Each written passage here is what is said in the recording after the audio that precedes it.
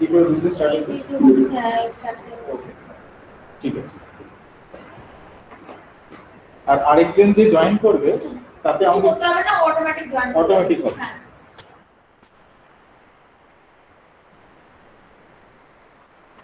Okay, all of you can see, right? See the board, right?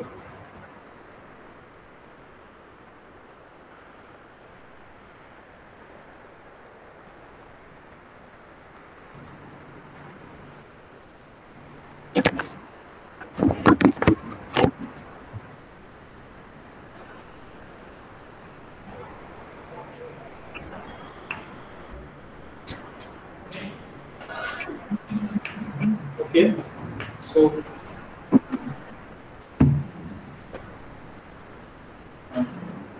so let us begin today's lecture. And in the previous lecture, we have developed an expression for the propagator, which is apart from some constant given by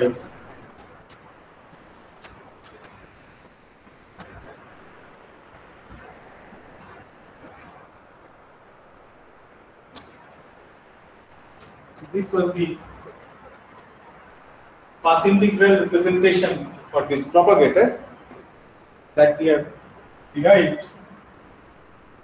in the previous lecture, where if we choose the Hamiltonian form for the if we choose the non-relativistic form for the Hamiltonian function, then we have seen that you can write down the Lagrangian.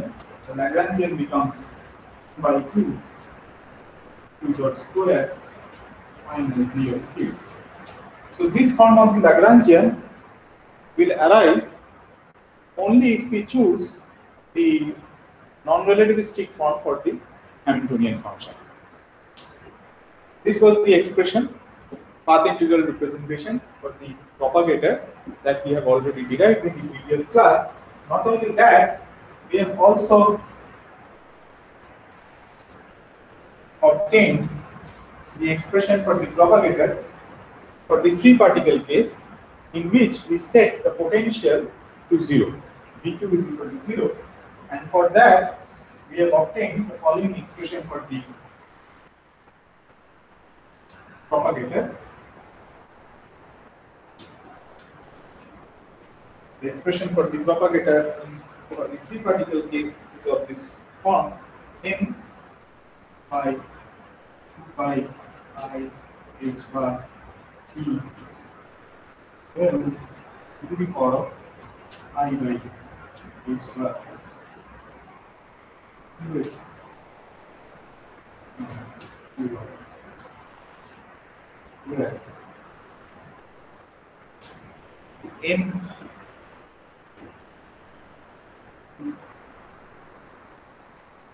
so this was the expression that we obtained for the free particle propagator, and this we obtained in the previous lecture. And from here you can see that if I take t going to 0 limit, if I set t going to 0 limit, then this expression for the free particle propagator, this indeed becomes delta qf minus qy, as it should be, right? So if I take this time to 0, then qf, the overlap of qy with qf should indeed be delta function, delta qf minus qy, and you get that, you recover that result if I set t going to 0 limit over here. If you take the t tending to 0 limit here, it will indeed boil down to a delta function. So this actually shows that whatever calculation that we have done is indeed consistent. At least this is a consistency check. And I also gave you a problem in the previous, at the end of the last lecture. I told you that please verify that this form for the propagator, for the free particle propagator, please verify that this indeed satisfies the time dependent Schrodinger equation. So this is also a nice check. that whatever we are doing is indeed consistent. So there are two consistency checks. One is t going to zero limit, it should boil down to delta function. This is number one. And you should check that this propagator expression that we have derived in the last lecture, it should indeed satisfy the time dependent Schrodinger equation. So these are the two checks that we should perform. But now, one of the checks we have already seen now here. Now, let us, with this in place, let us now do one thing. Let us write down the action functional for the free particle. What is the action functional? Is basically 0 to t n by 2 to the square c d. Okay? So this is the action functional for the free particle. And now let us take the variation of this. So if we vary this action functional, what we will have is 0 to t n by 2 twice e dot t into this will give us twice e dot t, and let us take also.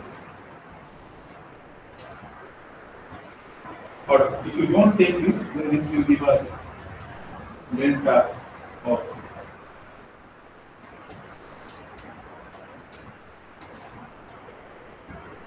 this. So here you can directly take this thing, or you can just vary it. If you vary it, you will get something like this. Now this and this will cancel, and what we will have is 0 to t n u dot t, and here the variation and the time derivative will commute with each other. You can actually show that explicitly. Commute with each other, and therefore you can write this as ddt of delta qt dt. Okay, this is what you can write. Now,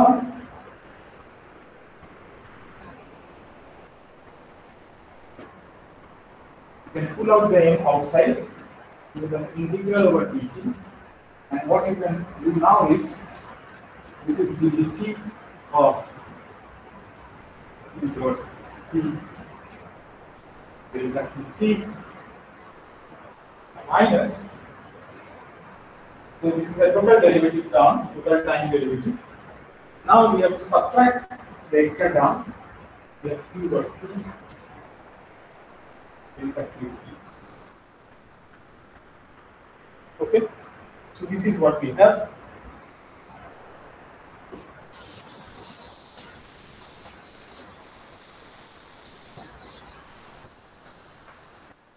And from this expression, so I find that delta S of qt is equal to, this is a total derivative term, so you can integrate it.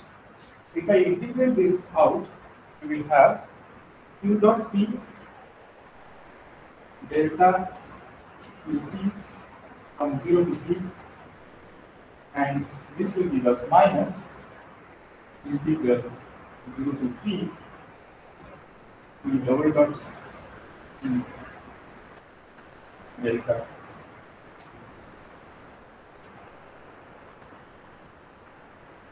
Now you can see that this term will vanish, right? Because at the end point, the variations at the end points are 0. So all this basically means that all the paths end at a particular point, and there are two end points of all these paths. They end at these two initial points, at time t is equal to 0 and time t is equal to factor t. So there the variations are 0, so this term goes to 0, and therefore I have minus m integral 0 to t double dot delta.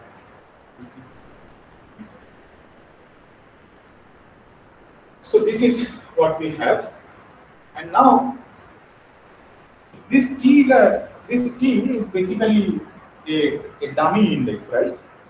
Therefore, you can make this t prime because this t is a dummy integration variable, so you can change it to t prime, and therefore, see already how do you get the equation of motion? You demand that the action is stationary. For arbitrary variations delta qt, we demand that the action is stationary, and from there you get to recover the equation of motion. Stationary condition means delta s is equal to 0 for arbitrary variations delta q, and therefore you get n q double dot function of t is equal to 0. So that is the equation of motion. So you have recovered the equation of motion from the principle of least action. But here, what we shall do is the following. Delta S, this variation, this S is a function of Qt. We shall take a functional derivative. So this is the functional change, right? This delta is a functional change. And now it is a variation, and now we take a derivative with respect to Qt. So this is a functional derivative because S is a functional of Qt, and therefore this is a functional derivative with respect to Qt. And if you take a functional derivative, then this will give us n integral 0 to t dt prime q double dot t prime delta q t prime by delta qt. You see, that is the reason that we changed this integration variable to t prime. Otherwise, there would be a clash. This t that is sitting over here, this t should be a variable. This should not coincide with the integration variable, right? This t prime. So this t in a sense should be free. This is the functional derivative of qt prime with respect to qt. This, by definition of functional derivative, which we shall just learn in some other lecture, in a future lecture, by definition of functional derivative, this is basically delta of t prime minus t. This comes from the definition of functional derivative. Or you can also consider this as the definition of functional derivative. So if this is true, now this is a delta function integration, and you can at once do this integration. If you do it, only thing which you should remember here, that this t lies within this range 0 to capital T. This t that you have. So this lies within the range 0 to capital T. This is once again this causality principle. So now, if you perform the delta function integration, you will have q double dot. And therefore, you can see that if you demand that delta S, delta Qt is 0, if you demand that this is 0, then this gives us the equation of motion for the free particle. This is the equation of motion. I am writing in short, EOM stands for equation of motion. So, from this little exercise, what we have learned is the following.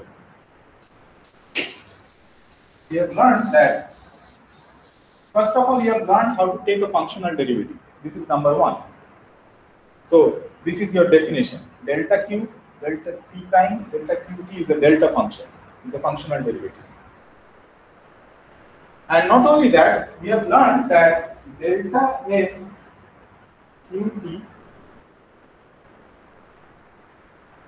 delta qt is equal to 0. This is basically our equation of motion.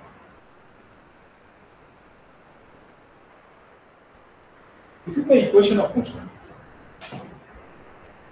So the functional derivative of the action with respect to qt is equal to 0. This is the classical equation of motion. Why? Because if you set this to equal to 0, at least you can see for the free particle case, you recover the equation of motion for the free particle, the classical equation of motion. So this in general is the equation of motion, the classical equation of motion that you have. So now let us, so remember this, you can carry out the exercise for a particle moving in a potential also. In that case also, if you take a functional derivative of the action with respect to qt, you will recover the classical equation of motion for a particle moving in a potential. Okay. Now let us again come back to the free particle.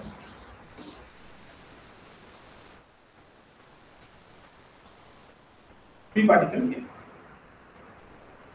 The free particle equation of motion is q double dot is equal to 0.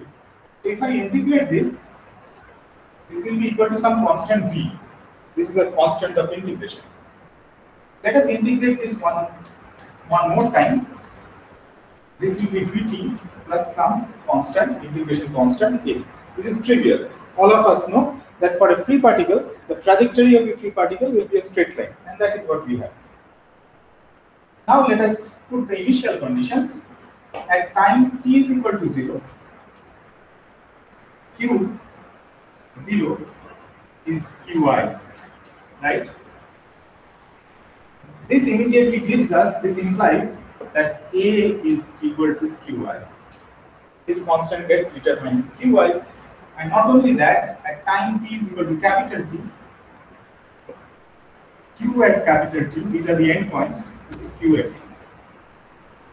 And therefore, what we have is, this implies qf is equal to v capital T plus the constant a is qi. So this gives us, this constant of integration v comes out to be v is equal to qf minus qi by t. So this is standard. This is basically, you can identify this with the velocity of the free particle, and this is a constant, obviously. It's a constant. The particle will move with a constant velocity because the equation of motion for the free particle, there is no acceleration, therefore the velocity of the particle is constant. And therefore we have the trajectory. What is the trajectory now? qt, that is equal to v qf minus qy t times small t plus qi. And this we shall label it by qc. Just to remind that this is the classical trajectory of the free particle. So we put a suffix qc, it's a classical trajectory. Let us now go back to this expression. This is the expression for the action of the free particle, and let us now compute this action on the classical trajectory. And if we compute the action on the classical trajectory, the expression that we will get, we shall call that to be the classical action. And we denote it by SC. So SC is what? SC is basically S evaluated on the classical trajectory. And what is this by definition? This is integral 0 to t m by 2. This will become q classical dot square times t. So this will be qc dot square times t. So you have to perform this integration now. This is a very trivial integration because you know what q dot classical is.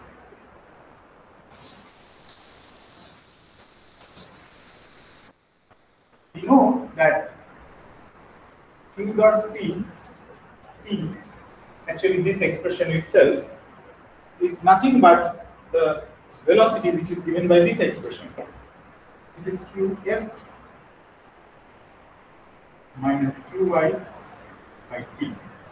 And therefore, if you compute this classical action, this will be m by 2 integral 0 to t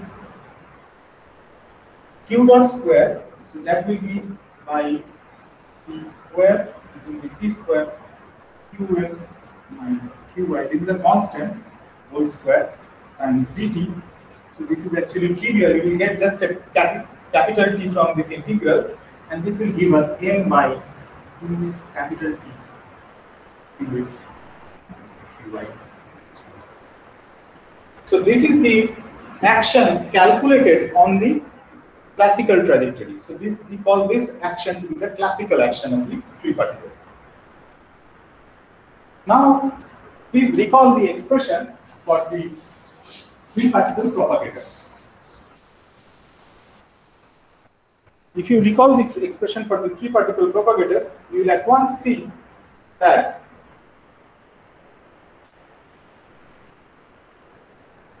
UFT Q by 0, this was m by 2 pi I h bar p square root, and you had a factor sitting over here, right? But that factor is precisely nothing but I by h bar is c.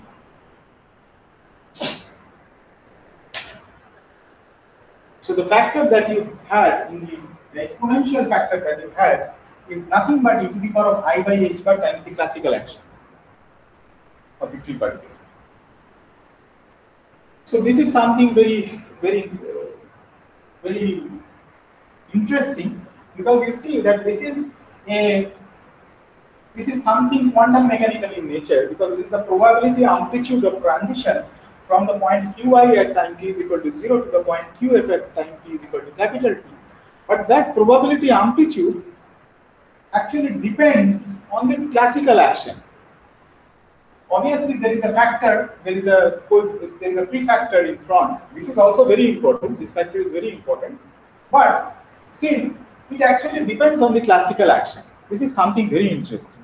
That even a quantum mechanical object, a quantum mechanical thing that you calculate, actually depends on the classical action of that system. But it is true that it is not only depending on the classical action, there is also a prefactor that is sitting in front, and that prefactor actually depends on h bar. That is true. And we shall see that this feature even persists for the is also present when we do the quantum harmonic oscillator. When we calculate the propagator for the quantum harmonic oscillator, then also you will have a very similar structure. There will be a prefactor in front multiplied by e to the power of I by h bar s classical for the quantum. There the s classical will stand for the classical action of the quantum harmonic oscillator. Okay. So this is all that I had to say about the free particle. I would also there is one more thing that we should do now. We have calculated the expression for the propagator of the free particle, but now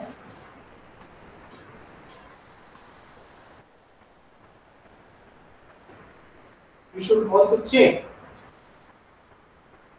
See, our ultimate goal is to calculate the free particle wave function at a later time, capital T, at the time capital T. In order to do that, since it is a free particle, we just want to calculate this overlap, right? And this we can write it down as dqi. This is the initial point. So what we are doing is we are inserting a complex set of states.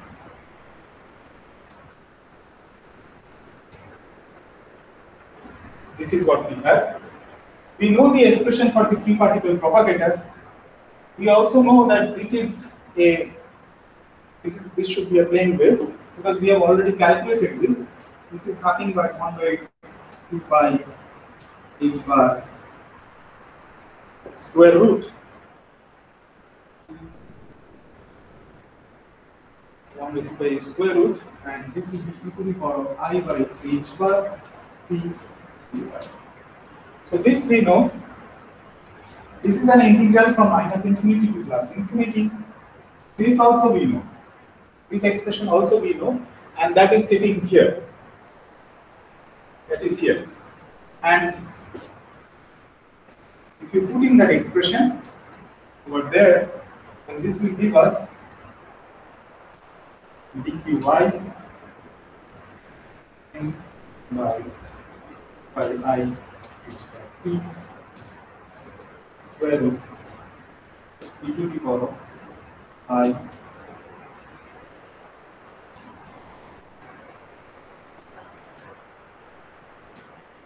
whole square,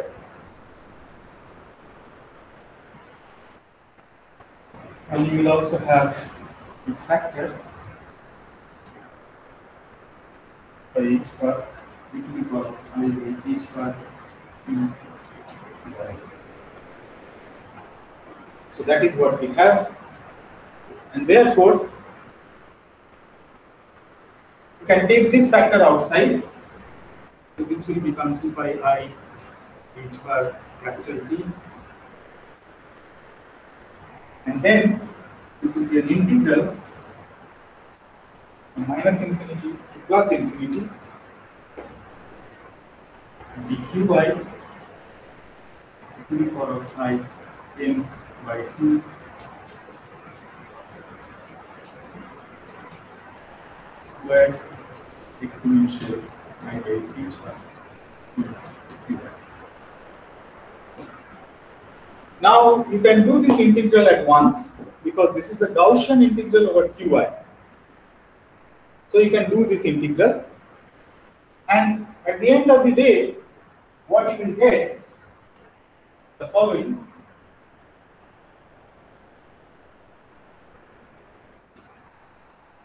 You get a 1 by 2 pi h bar square root e to the power of I by h bar t qf.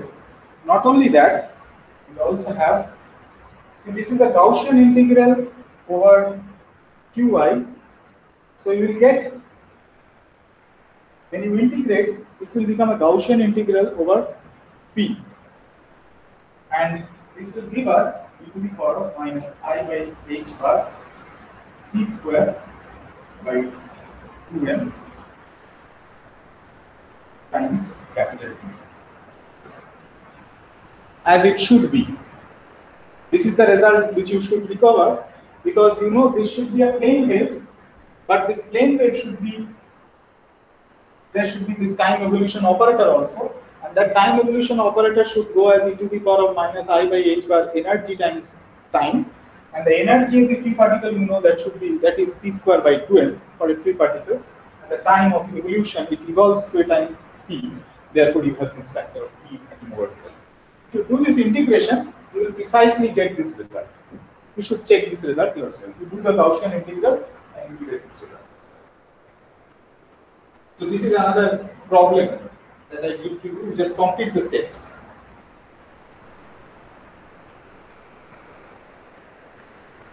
Okay.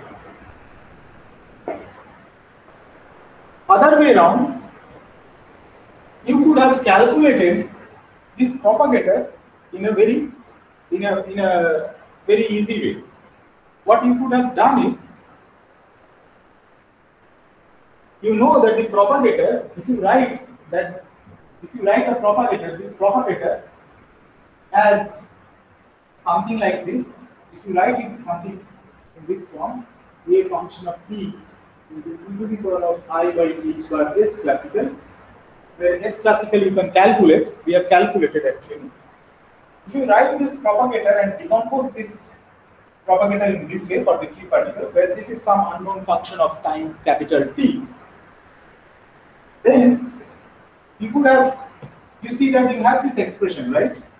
Qf capital T with momentum p, this overlap is basically equal to this. You know this expression, this is a plane wave, and you also know that this should also be a plane wave, since this is a free particle. Not only that, it is a plane wave times this factor.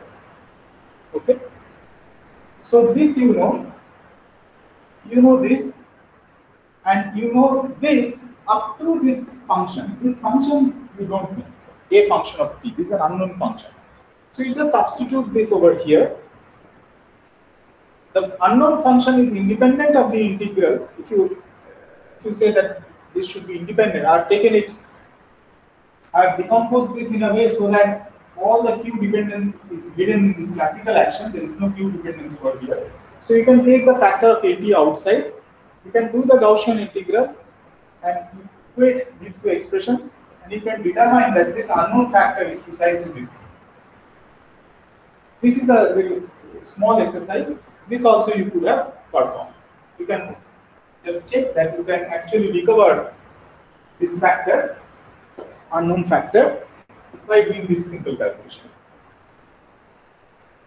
So this would actually avoid all the longhand calculations that we had carried out in the previous lecture by doing each of the integrals separately and trying to figure out a pattern.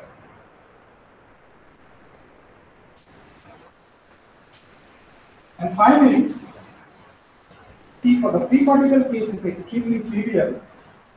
Even without the path integral, even without evaluating the path integral expression for the free particle, you could have easily calculated this thing. This thing can be very easily calculated. How? You just take it like this. You want to calculate this expression for the free particle. So what you do, you just insert a complete set of momentum eigenstates, and that will do the job.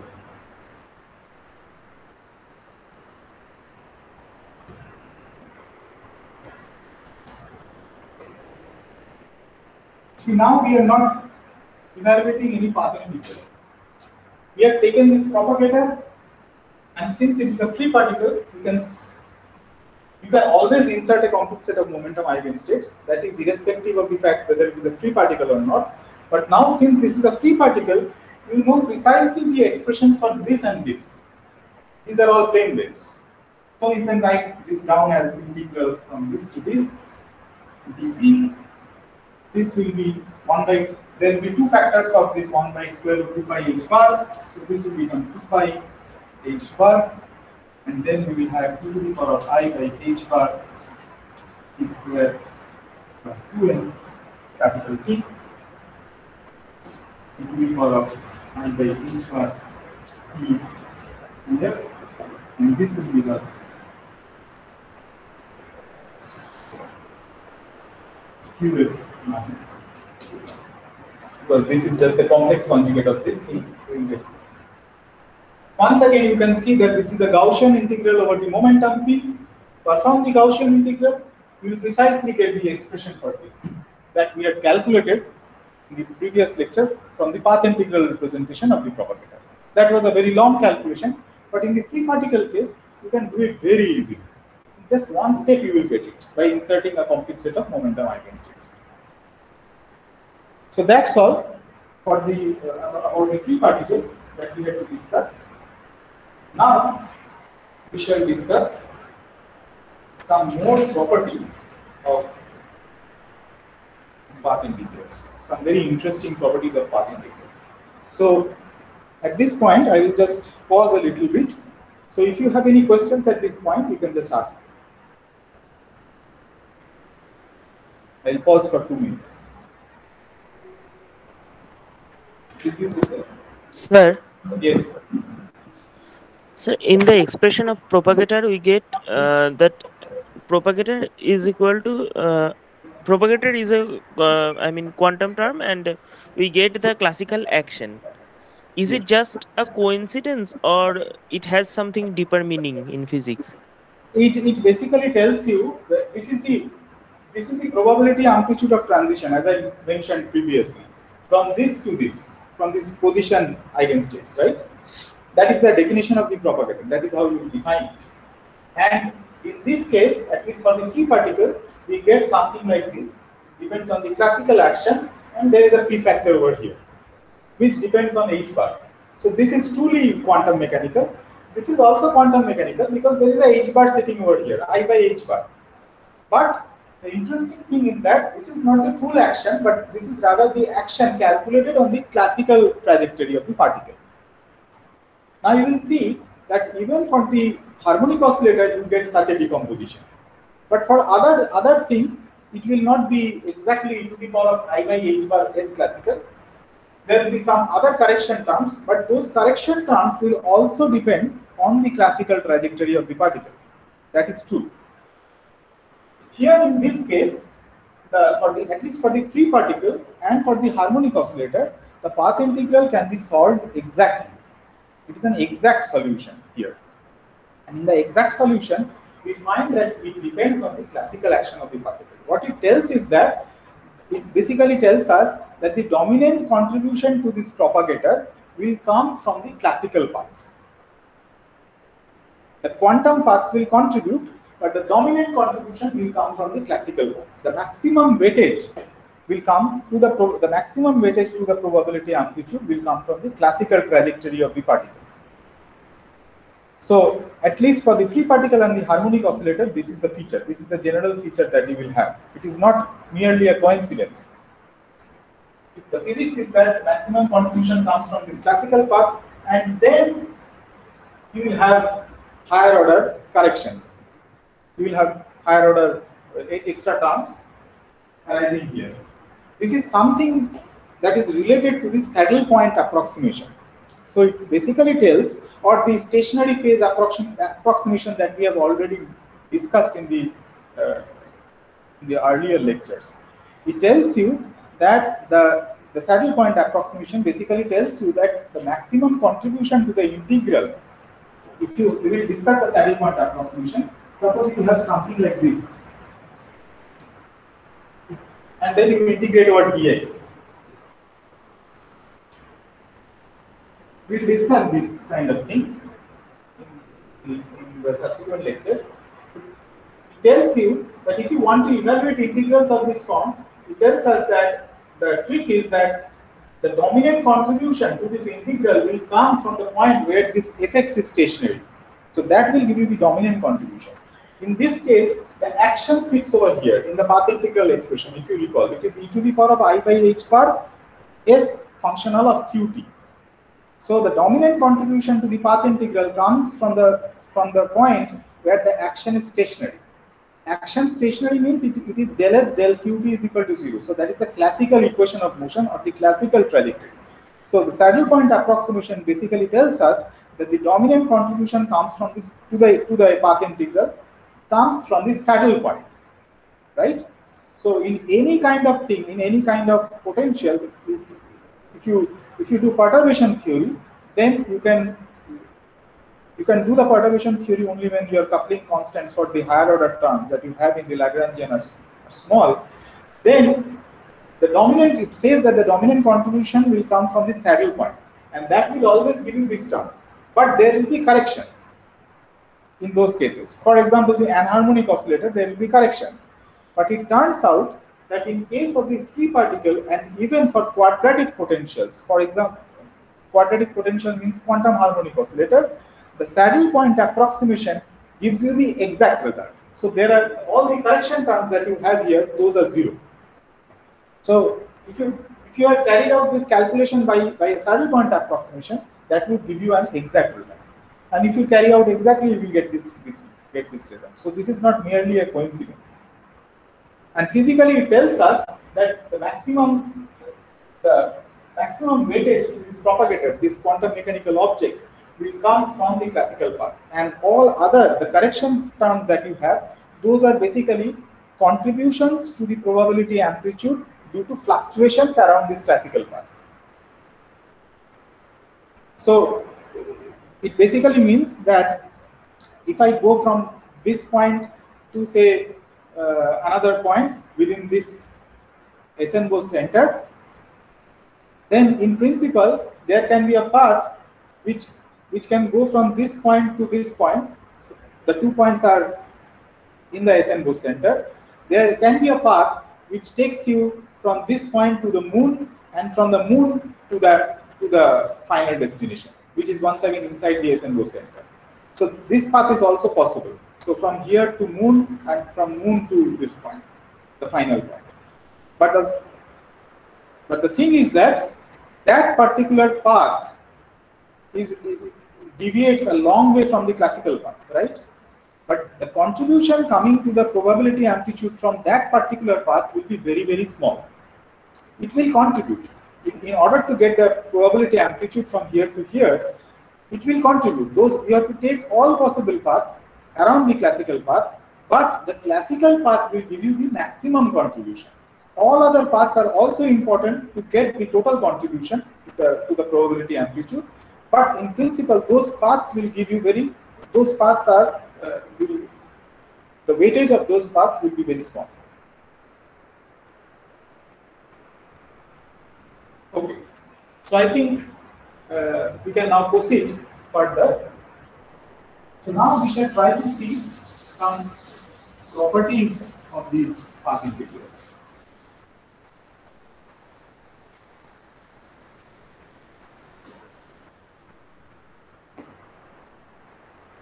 So let us start with an expression of this form.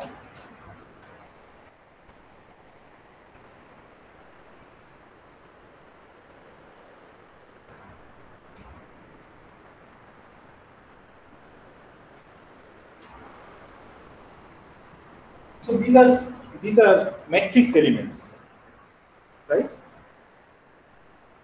It's a matrix element of this operator Q hat Tn. This Q hat Tn is basically the operator at sign Tn. You can denote it in this way, Q hat m. So when I say that this is Q hat m, it basically means it is Q hat at time Tn. And let us try to evaluate this expression. So I can write this down as, and insert a dqm, the complete set of position eigenstates,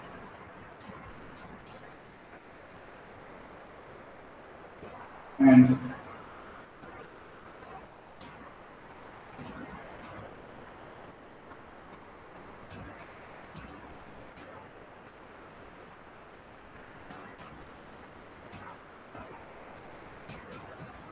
okay, this is how I can write it down, and this is equal to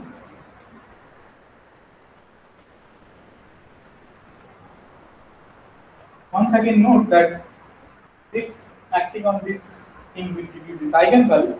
This is a number, so there are no operators hanging around anymore.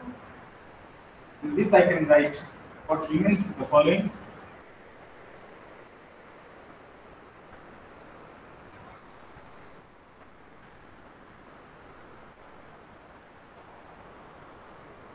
This is what remains. And now we know the expressions for these individual propagators. So I will just, for at least for this expression, I will write it down in full. So what we have is dqm, qm, tn. This is no longer an operator, this is a number, ordinary C number.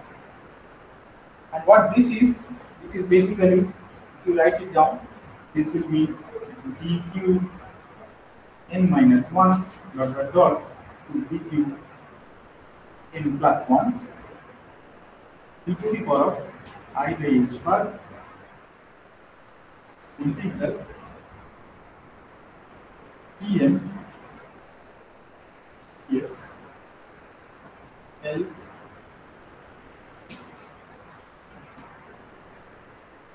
so this is the path integral representation for this propagator. We have written it down over here. Times you have this expression.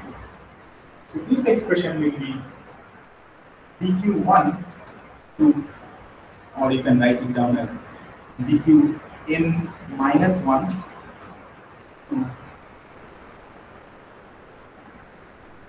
dq1 exponential 0 to 3 scale.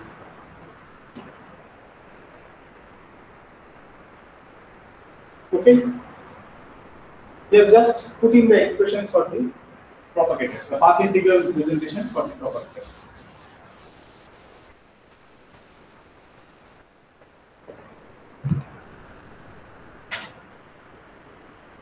Now you can see that you can combine this up. This you can write it down as d q n minus 1 dot dot dot to dq m plus 1 So this is this part. Then you have a dqm. Then you have dqm minus 1 to dq1. This is the measure that you have. And then you have this number times qm pm. And then we have the exponential factors, is e to the power of I by h bar 0 to Pn L dt plus Pn to capital P L dt. Okay? But this is nothing but equal to this thing from dqn minus 1 to dq1. This you can write it down as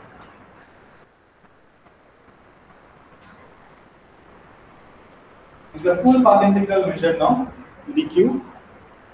Then you have qm pm into exponential I by h bar. You can combine these two integrals now. This is basically 0 to p L dt. So we can see that this particular matrix element, you can actually write it down in this form. So this is the path integral representation. This expression is the path integral representation for this matrix element. So you can write everything in terms of path integrals now. What is this thing? This thing is actually the Hilbert space representation, the canonical approach of doing quantum mechanics. You calculate matrix elements of operators by sandwiching them between two states. So this is the Hilbert space representation of doing quantum mechanics. But you can now translate all this Hilbert space representation to path integral representation. So all these matrix elements can be written down in terms of path integrals. And we shall see later that this formalism that we are developing now, or we have started to develop in the previous lectures, this formalism turns out to be extremely useful when we do statistical mechanics, quantum field theory, or even other kind of theories such as string theory or loop quantum gravity. This formalism, this path integral formalism, turns out to be extremely efficient and extremely powerful. So this gives you a connection between the Hilbert space representation and the path integral representation. Alternatively, what we could have done, you could now turn the table round. You can just interchange. You can start from this expression, path integral representation. So what this expression means, it basically means that you have a path integral. This expression is not the propagator. You can understand this, that this is not the propagator because you have a qm sitting here and this is a number, right? You can start from this expression and you can now start to cut it out. You can cut this dq just in this way. You can break it up from n plus 1 to n minus 1 and from 1 to n minus 1, and there is a dqm obviously sitting over here. And you also have qm here. And you could start from here and go in the reverse direction. And if you go to the reverse direction, you will get to this result. So I could have started it backwards also. I could have shown you, I could have written this expression and then shown you that this expression actually equals this matrix element. And the procedure is exactly what we have done here, is exactly similar, but you have to just do the steps backward. It is nothing, it is just, it's a very simple thing that you can do. But this simple procedure is very illuminating. Why? This is a technique that is called, that in the literature, this technique is called the cutting technique, cutting or sewing kind of technique. So here what you do is, you cut open the path integral. You cut open the path integral, and if you cut open the path integral, what you get is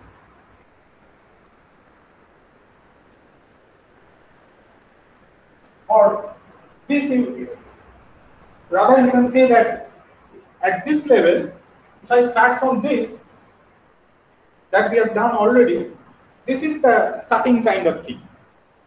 This is the cutting of the path integral. So what we have done is we have put in a complete set of states, and then these two expressions are two path integrals. So this expression are two path integrals along with an ordinary integral. And now you can actually combine everything to a path integral of this form. So you can say that this is some kind of cutting or whatever. This is some kind of sewing. So you just do these steps and you combine everything. So this is something like sewing, and then you get this expression for this matrix element, the path integral representation. Alternatively, if I go backwards, then what we are doing, we are taking this expression, cutting it up into two separate path integrals. You can cut it up into two separate path integrals, and then once you get this, you can finally write it down in this form, and finally you can go to this point. So what I wanted to tell you is that this is a principle. This is called the cutting or sewing principle, and is a very useful technique. This principle is very useful on surfaces of non-trivial topology. For example, you can have a surface where there are punctures. So this is a surface of non-trivial topology, and these kind of surfaces arise mainly in string theory, where you carry out the string path integral kind of thing. So you can cut open, you can have surfaces of non-trivial topology, and there one can cut the surface open along many different closed curves. So you can cut the surface along many different closed curves, and different choices of these closed curves that leads to different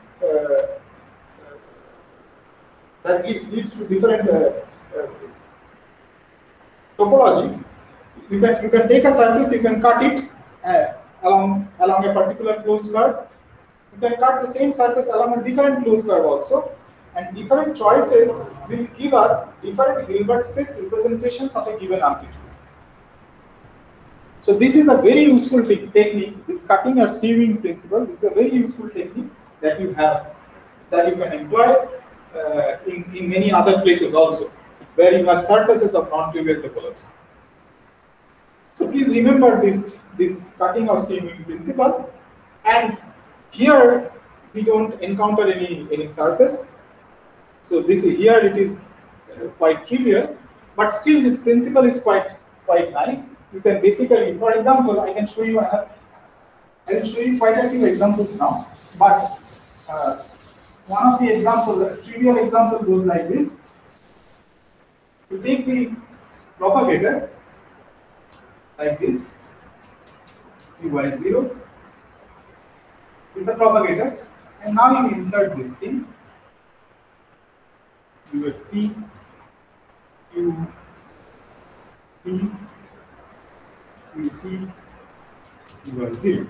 right? Well, what is this time t? This time t is an intermediate time that lies between this. Now you have two propagators.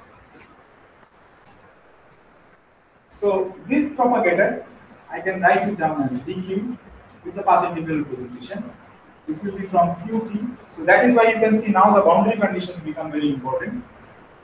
Qft exponential I by h bar integral t to capital T L dt, and this one will be dq Qi0 Qdt exponential .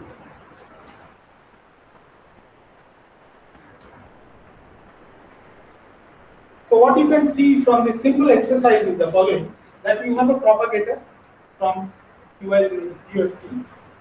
That propagator is, so this is basically nothing but dq from Qi0 to Qft. This is to the power of I by h bar . Hello.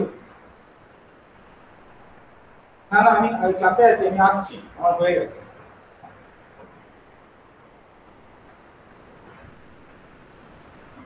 So this expression is basically Qi0 to Q of t, and then this is nothing but 0 to t L dt, right? So this is the path integral representation for this propagator. But now you can see that by employing this cutting principle, what we have now done is that this propagator is basically has been cut open into two propagators. So you have two path integrals. Previously you had one path integral. There is only one path integral. Now you have two path integrals times a ordinary integral. So this is something like cutting a path integral open into two path integrals times an ordinary integral. And you can do the reverse thing also. You can sew the things up. You can take this, you can combine this, the two path integrals times ordinary integral, you can sew it up to get a single path integral. So this is the cutting or sewing principle. Cutting or sewing principle. This is a very powerful technique that one can employ when you have surfaces of non-trivial topologies. You can cut the surface along different closed curves, and different choices of these closed curves along which you cut the surface will give you different Hilbert space representations of the same amplitude. So you remember this cutting or sewing principle. We shall continue the next class from this point.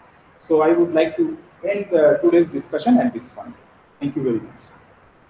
So please go through the things that we have discussed today, and if you have any questions, then you can at this point you can ask some questions if you have. Otherwise, we shall end the discussion for today, and we shall carry on. We shall proceed from this point on Friday.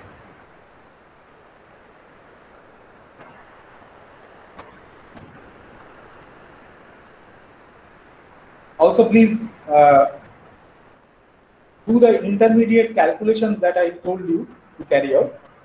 So you do the Gaussian integrals that arose in the discussion. So you can do those calculations, and please fill up the gaps. The small calculations that I have left in the discussion, so you can do those calculations.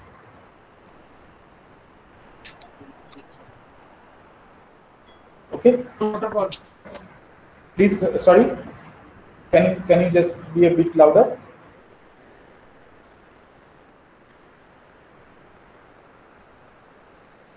Is there any question for today?